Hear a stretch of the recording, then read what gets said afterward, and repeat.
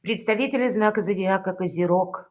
Здравствуйте, мои дорогие Козероги. Таро расклад. События будущего. Что скоро случится или произойдет. Что откроется или что ведет к переменам. Таро прогноз на декаду на 10 дней с 10 по 20 апреля. Давайте узнаем подсказки карт на события ближайших дней. С чем это будет связано? Возможно, что-то для вас откроется. Это может быть как информация, вы узнаете тайну, ну, как, может быть, вы не видели какое-то или дело, или тему, или видели по-своему, а здесь вы понимаете, а нет, реальность какая-то другая. И для вас более ясно будет картина, как мне решить какой-либо вопрос. Я такое тоже допускаю. Или, возможно, что-то меняется вокруг вас. И это вторично заставляет и вас адаптироваться к какой-то обстановке или измениться тоже. Давайте узнаем через подсказки карт, какие энергии будут преобладать для вашего знака зодиака в эти 10 дней. У нас сегодня две колоды, и первая это у нас цыганский оракул Ленорман. И колода не видоизменялась много лет, поэтому значения, которые прописаны в каждой карте, они для нас так немножко необычные. Но мы переложим на нашу современность, я думаю, подсказки получим. Ну и, конечно, будем реалистами. Любой прогноз, расклад не расскажет о личной истории каждого из вас. Я часто говорю, любые совпадения случайны. Мы не выносим вердиктов. Мы вместе с вами, глядя на метафору, предполагаем, размышляем и допускаем развитие альтернативных вариантов событий. Две карты перевернулось. Путешествие и служанка. Путешествие – это действительно либо переезд куда-то далеко, либо к вам человек спешит, либо вы планируете какую-то поездку, может быть и по работе, может быть и по личной жизни, но может быть по работе, карта служанка, это вы идете кому-то в найм, и может быть вот этот переезд именно будет связан с работой. Релокация офиса, или вы будете искать, или может быть к вам приезжает человек, который вам будет помогать. Но тут, наверное, самое главное не оказаться в позиции служанки. Это иногда происходит, ну так, знаете, незаметно. То есть, если вы соглашаетесь, к примеру, оказать какую-то помощь, услугу, ну, значит, нужно четко просчитать, к чему это все идет. Вот так. Но, тем не менее, по работе я вижу, может быть, это банально, где-то вам нужно поехать в инстанцию, разузнать, как работает закон, или с кем-то проконсультироваться, и вы опять же хотите решить какой-то вопрос. И я больше вижу тут по труду, по занятости. Давайте, теперь я сама достану 6 карт. События ближайшего будущего. Что для вас будет актуально в эти 10 дней? События ближайших дней. Что скоро случится для козерогов? Или что скоро произойдет? С чем это может быть связано? Или что откроется? Дополним картами Таро. Первое Таро. Неожиданность, неожиданные события.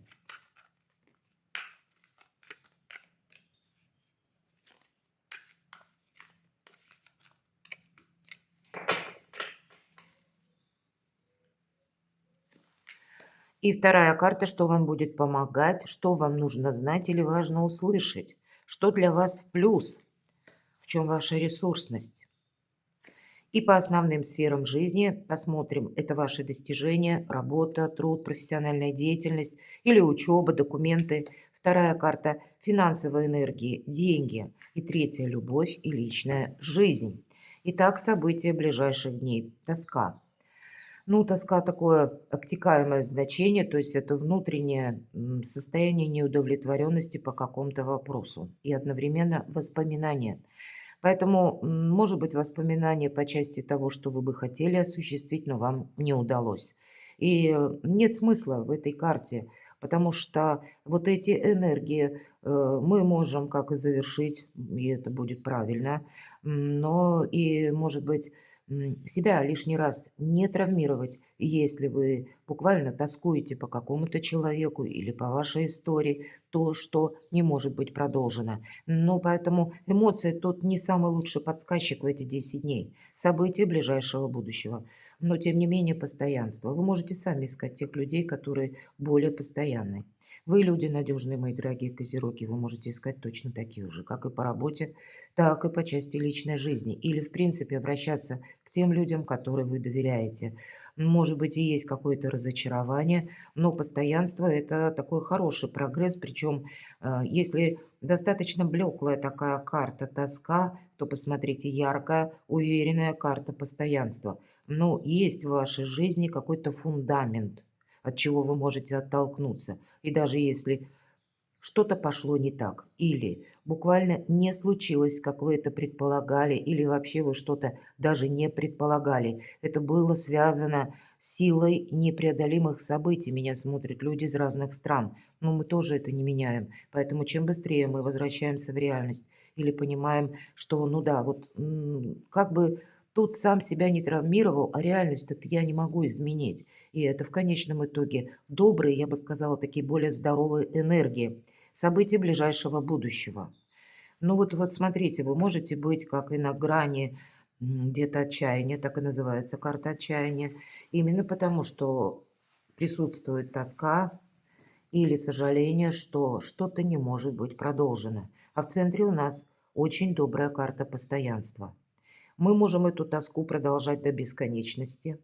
Она может перерасти как и в хандру, в депрессию, и, понятно, в депрессии из нее очень сложно выбираться. Поэтому остановите себя, мои дорогие козероги. Вот вам есть какая-то тема, которая не может быть продолжена. И она вам как будто даже не нужна. Считайте, что это как жизненный экзамен, который вы должны сдать, пройти, опираясь именно на самого себя. Или принять новую реальность. Есть то, что вы очень хотели, но оно не может быть продолжено. И себя остановить на каком-то этапе, может быть, этой тоски, да, чтобы это не послужило вам соскальзыванием в ненужную философию, чтобы эти эмоции, это как бездонный колодец, вас не затянул вот этот самый омут. Это как, знаете, билет один конец. Когда мы позволяем себе где-то сожаление, и это сожаление в нас самих преувеличивается с каждой нашей мыслью или с нашим внутренним каким-то диалогом, а на самом деле это к реальности не имеет никакого значения. Ну, не может быть что-то продолжено. И у кого-то может быть банально какой-то бытовой момент, случай, а для кого-то из вас это связано с человеком близким, такое я тоже могу предположить. Поэтому не доводите себя до отчаяния. У вас есть добрые энергии, когда вы сами должны себе помочь. Будьте добрее к самим себе. Что же случится или произойдет?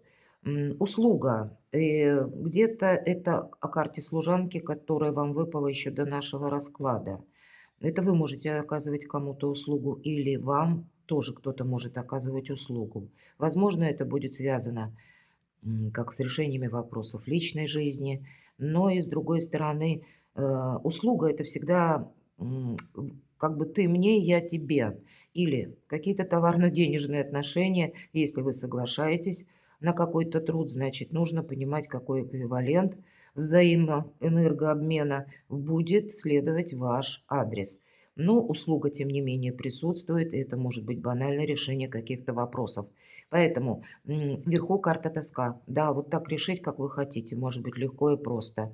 Или в каком-то определенном контексте, в варианте так не получится. Вам придется что-то видоизменять. Или искать дополнительную поддержку. Или узнавать какую-то информацию через услугу, например, через услугу юриста. Или воспользоваться помощью кого-либо. События ближайшего будущего. И вот это постоянство, внизу карта вора.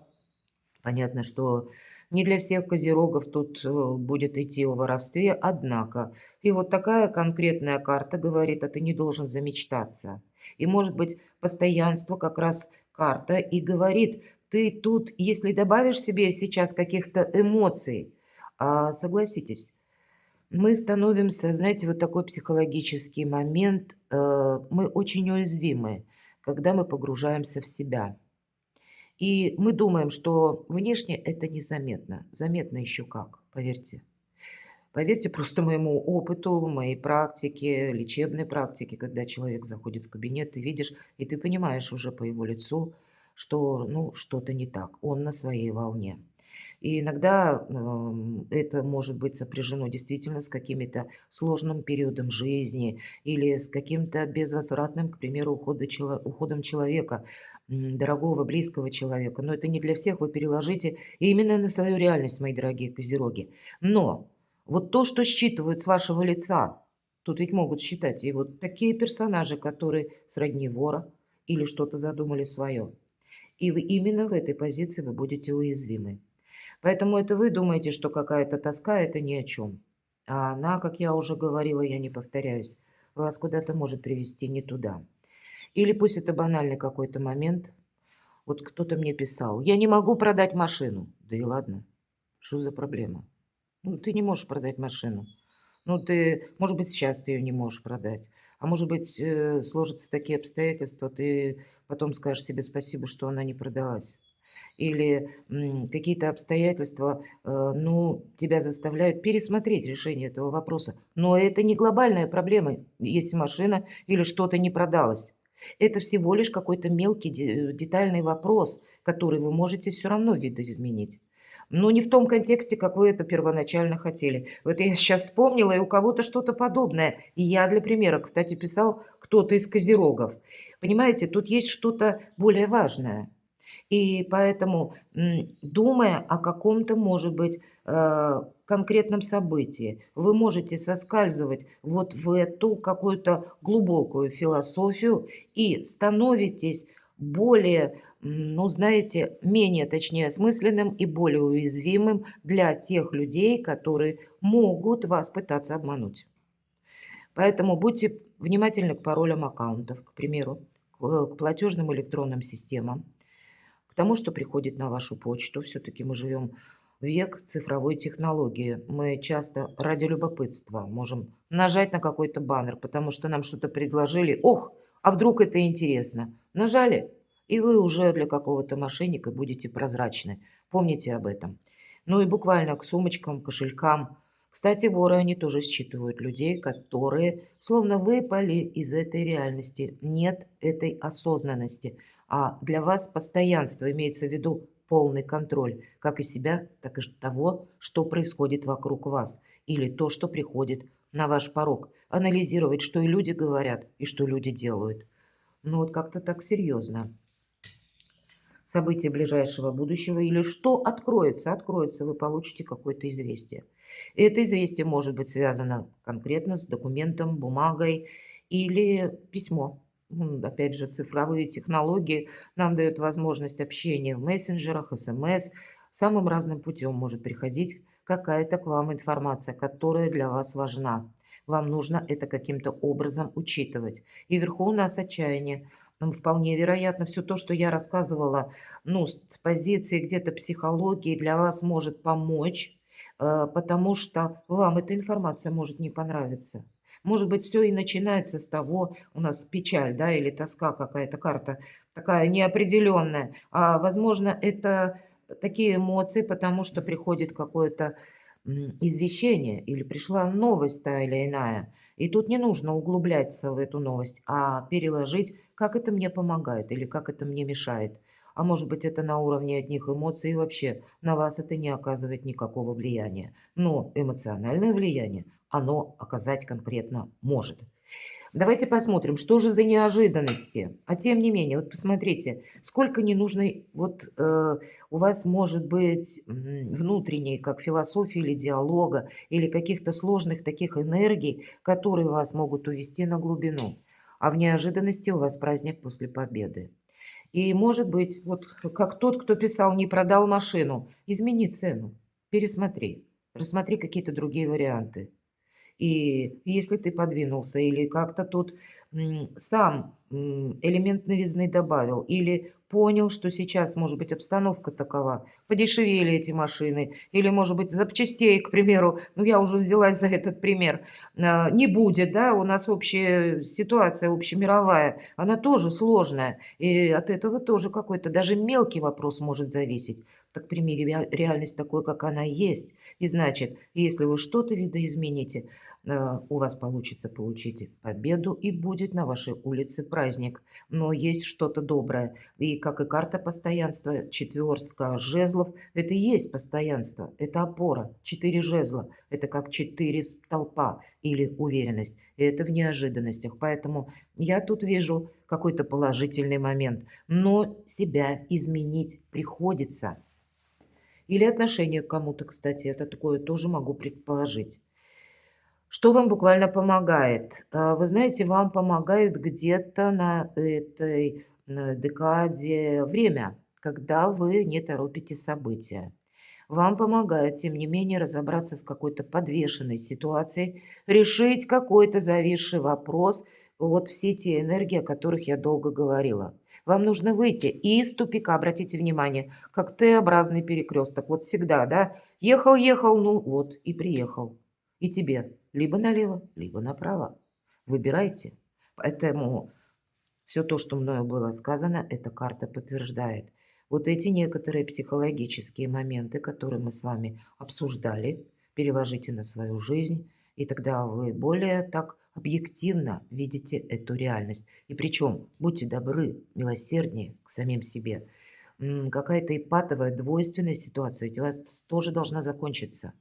Вот это подвешенное состояние, оно не может продолжаться до бесконечности. Да, по карте человек сам себя подвесил, кстати, чтобы увидеть с другого ракурса. Сфера ваших достижений. Дела, учеба, документы, профессиональная деятельность. Десятка мечей. Ну, так она и называется. Закрой в прошлое дверь. Просто еще одна карта, которая вас где-то, ну, подталкивает к тому, чтобы вы пересмотрели. Что-то, опять же, не может быть продолжено. И у кого-то это могут быть как просто ваши методы взаимодействия с окружающими.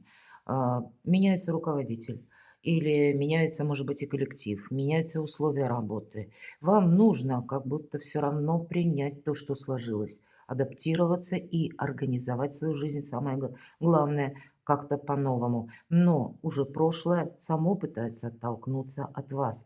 Поэтому очень важно быть реалистами. Давайте я достану еще одну карту. Не совсем мне здесь понятно. Император. Тут могут быть такие энергии в отношении вас. Вот император. Есть два мнения. Мое и неправильное. Это вы можете быть где-то настойчивы в своих устремлениях, а карта нам говорит, а нет, какой-то метод не сработает. Возможно, вам придется обращаться к руководителям, решать те или иные вопросы. Или вот как императору какие-то инстанции. Это могут быть люди, которые выше стоят по лестнице иерархии от вас и какие-то важные согласования. Ну и по учебе где-то тоже надо, видимо, учитывать все же, ну, какой-то, как общая температура по больнице. Некоторое настроение, может быть, в обществе или как минимум руководителя. Вот есть тот вопрос, который, может быть, зависит от конкретного лица, который имеет определенные рычаги влияния, и вам нужно с ним договориться. Или даже если была какая-то конфронтация, например, то тогда вы все равно, ну, как-то все равно в лояльных более энергиях вам, по крайней мере, это может помочь. Будьте сами вот мудрыми императорами, ведь мудрый император поставил перед собой цель. Он именно цель должен достичь. Не вот эти мелкие шаги, как он что осуществит. Тут вариабельность идет, и он как раз готов корректировать методы для того, чтобы вот эта цель, она была достигнута. Поэтому тут по-разному. Когда мы уважаем закон, кстати, не идем против системы, тогда нам и система, и закон тоже помогает. Вот такая подсказка, что же это еще? И аркан правосудия. Ну, тут это всегда причина и следствие. Что-то мы делали хорошо, если прежде, то нам приходит кто-то на выручку. Вот вполне вероятно. И я могу допустить важный разговор с каким-то ключевым партнером, лицом. И нужно проводить его откровенно. Вот должен быть какой-то достигнут у вас баланс. Или вы что-то должны сделать по закону. И даже если методы вы меняете, то все равно это должно вписываться в какие-то приказы, рамки, регулировки или конкретно, может быть, в какую-то концепцию, которая принята в той местности, где вы проживаете, или в вашем коллективе. Но тут по-разному два старших аркана. Но адаптироваться, опять же, и организовать свою жизнь по-новому вам приходится. Деньги. Ну, посмотрите, все в вашей власти. И вы сейчас вот как это постоянство. Кстати, маг, хоть мы думаем часто, о, это что-то там магическое, эфемерное, непонятное, но это когда само по себе все случается. Никогда. Маг– это великий практик. Это тот, который как раз где-то гибок к тому, что ему приходится обходить. И обходить это не значит нарушать закон, к примеру, банально, да, а найти какие-то методы взаимодействия или с кем-то договариваться, но в конечном итоге получить то, что он намерен осуществить. Понятно, что это тоже должно где-то согласовываться с законом. Вот интересно, у вас как и система иерархии, так и вопросы, которые буквально какая-то юриспруденция может проходить. Но, может быть, и по личной жизни есть какой-то стопор, который вам через документы нужно решать. Или это вопросы с недвижимостью. Но в конечном итоге, посмотрите, мои дорогие козероги, праздник после победы, карта мага. Измени методы, изменится твоя жизнь. Мне нечего добавить. И в том числе по деньгам тоже.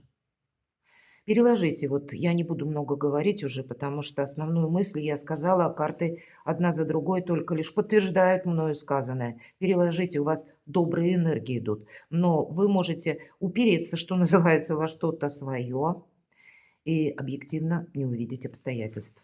А тем не менее, они как раз вас заставляют измениться, но это для вас сразу прогресс, точно прогресс. И по личной жизни, кстати, тоже. Это как какая-то перезагрузка. Приходится себя менять. И нулевой аркан, это может быть как поездка, путешествие, ну, может быть, поездка в инстанцию, у кого-то вообще переезд далеко. И обновление вашей жизни, потому что прошлое, как мы сказали, пытается от вас оттолкнуться. У кого-то по личной жизни знакомство с новым человеком. И, мои дорогие, кто сейчас в одиночестве и вот в печали, в тоске, потому что безвозвратно ушло, может быть, и где-то на грани отчаяния, то все равно оставить все как есть и быть добрее к самому себе, быть очень прозорливым, внимательным, потому что шут наш на краю обрыва. Да, он чем-то восторгается, что-то у него получается, победа какая-то есть, но вот уже и есть какая-то опасность, которую нужно увидеть. Поэтому нужно очень быть осознанным в эти 10 дней. Но вам, как пытается, может быть, судьба завершить уже жизненный этап, так и сразу открыть возможность прогресса или новых отношений, или какой-то перезагрузки на работе, или новые возможности заработка. Перекладывайте на себя, мои дорогие любимые козероги, и будьте счастливы, будьте любимы всегда.